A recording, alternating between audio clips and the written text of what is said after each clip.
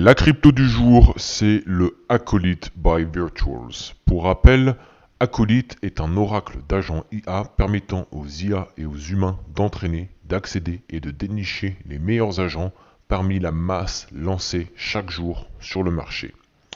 Au niveau du prix, il y a un retracement en cours.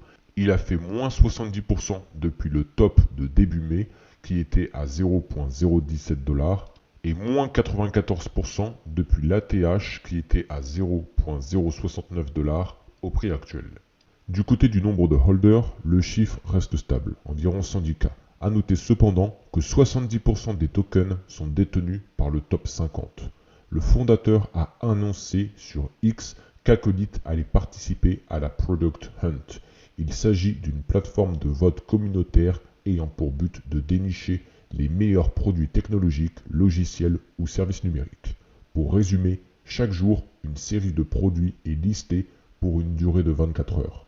La communauté vote et les projets ayant le plus de validation sociale remontent dans le classement de la journée. Ils obtiennent alors un boost de visibilité, de trafic, de vente. Acolyte y participera en tant qu'Agentic Social Media Manager le 29 juin.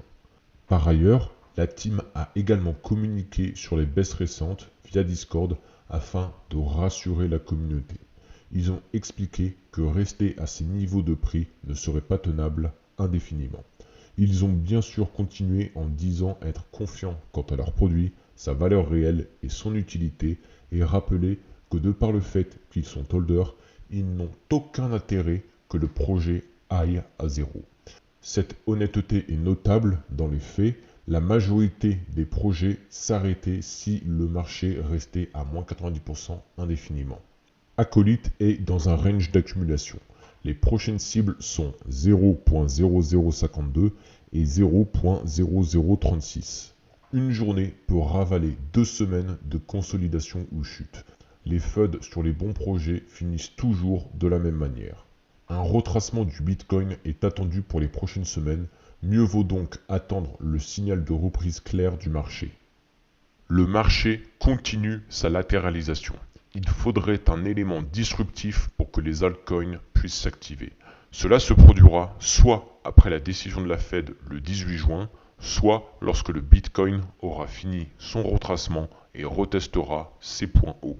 D'ici là, il faut accepter la consolidation des altcoins.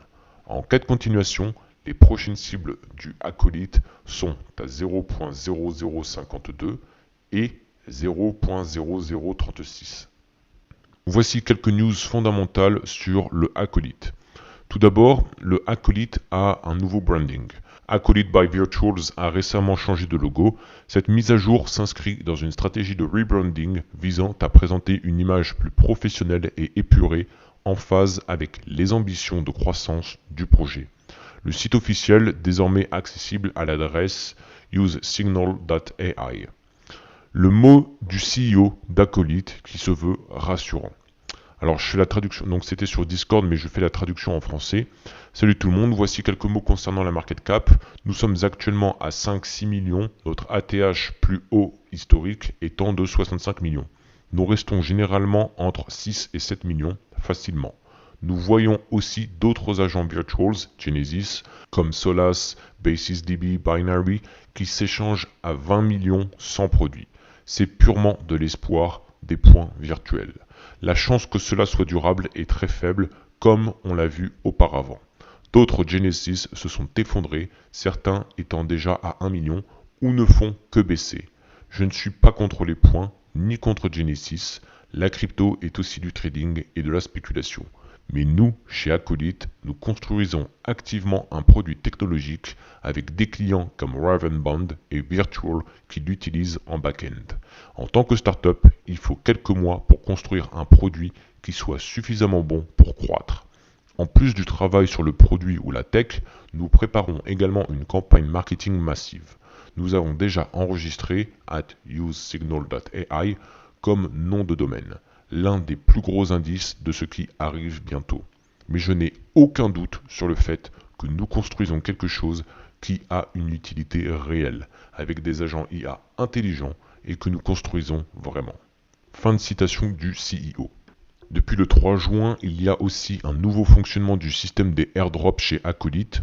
Le but stratégique est de fidéliser la communauté via des incitations régulières et claires en récompensant les utilisateurs les plus actifs avec des parts des airdrops plus importantes. Ce nouveau système permet également plus de transparence dans les récompenses. Exemple utilisé, airdrop de 100 000 tokens, 20,68%, soit 20 680 tokens sont 1. Distribués directement aux membres de rang A, 2. Puis également répartis entre tous les membres de ce rang. 3. Les autres rangs S, B, C, D, E suivent la même logique de structure. Une part fixe du total attribué à chaque rang, puis distribution équitable entre les membres de ce rang. Acolyte s'oriente clairement sur une formule d'investissement long terme avec ce nouveau système pour 1. Favoriser l'engagement régulier, stacking plus participation, donc un meilleur rang, donc une meilleure récompense. 2. Structurer la communauté autour d'un système de mérite clair. 3. Une croissance long terme avec des récompenses équitables et motivantes. Depuis le 1er juin, il est intéressant de revenir sur l'historique graphique du projet Acolyte qui a été lancé sans aucune préparation. Observation actuelle, le market cap d'Acolyte est de 5 millions de dollars. La communauté se demande s'il y a encore des OG de Virtuals qui détiennent le token. Les OG, c'est les Original Gangsters, qui signifient des membres historiques de la naissance du projet. Le graphique montre un fort recul après un ATH, suggérant une phase de consolidation ou de désintérêt du marché à court terme. À rappel du lancement d'Acolyte, par Cones, il a été en quelque sorte parachuté comme chef de projet malgré lui. Vente initiale en décembre 2024 via Virtuals. Market cap resté à 300 000 dollars pendant près de 3 semaines. Aucun listing sur CEX, pas de KOLs payés. KOLs, c'est les Key Opinion Leaders, c'est les influenceurs. Pas de fonds levés, lancement entièrement organique. C'est donc un lancement very low cost effectué par Acolyte. Au niveau de la progression, on est passé de 0 à 60 millions de dollars de market cap, puis une chute vers 14 millions de dollars, et enfin un retour à 5 millions de dollars actuellement.